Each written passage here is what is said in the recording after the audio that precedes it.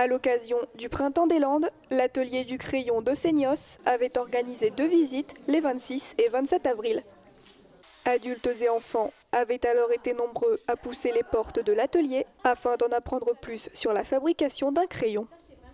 Quand on a lancé l'atelier du crayon, pour nous, ça allait de soi qu'il fallait qu'on explique notre démarche au public et qu'il fallait qu'on ait ces temps sur lesquels on accueille le public pour leur expliquer la démarche, parce que la raison pour laquelle on fabrique ces crayons est aussi importante que le fait de fabriquer ces crayons, en fait.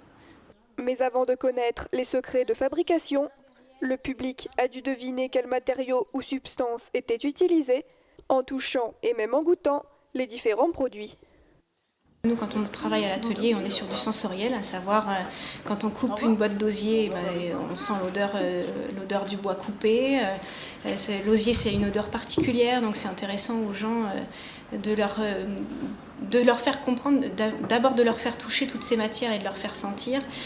Ensuite, découvrir les différents matériaux qui composent une mine pour pouvoir qu'ils puissent ensuite deviner les différentes textures et le rôle de chaque ingrédient dans la mine du crayon. Souvent on prend un crayon dans les mains, on n'est pas étonné qu'il fonctionne parce que c'est sa fonction de tracer des traits sur du papier. Nous on leur fait prendre conscience que c'est une magie, le crayon qui crayonne sur du papier. Voilà. On est vraiment sur du matériau créatif, hein, donc on essaye d'éveiller leur sens et dès la visite de les rendre créatifs, c'est-à-dire on les sollicite beaucoup.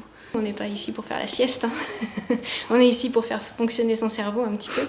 Là il y avait un peu de réaction, c'était plutôt agréable, voilà.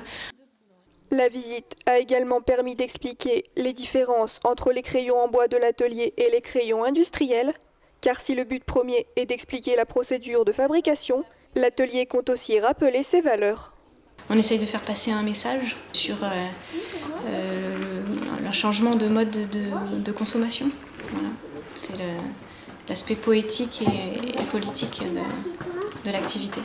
L'idée de fabriquer des crayons dans des branches, c'est vraiment que les gens aient l'impression qu'on a trouvé la forêt magique. Nous, c'est ça ce qu'on leur explique à chaque fois sur les visites. C'est-à-dire que c'est pas n'importe quel crayon qu'ils ont dans les mains, c'est vraiment une branche, c'est un brin de nature. C'est vraiment la grande différence.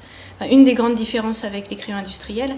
Après, le bois qu'on utilise aussi, c'est pas un bois qui est issu d'une forêt millénaire. C'est un bois qui pousse sur une année, donc on n'est pas sur une exploitation de la terre démesurée. Et on est sur vraiment du matériau de qualité. Donc on essaye de redonner du sens à l'objet et à l'acte d'achat. Voilà. D'ailleurs, comme à la fin de chaque visite, ceux qui le souhaitaient ont pu acheter un ou plusieurs crayons. C'est vraiment un engagement de fabriquer les crayons. On rend les gens créatifs, c'était notre souhait, de ne pas être juste un consommateur passif. Quand on achète des crayons, c'est pour être consommateur actif. Voilà. Et puis nous-mêmes, ça nous oblige aussi à des choix de vie assez drastiques. Donc oui, on est obligé d'être dans notre engagement permanent. Ouais.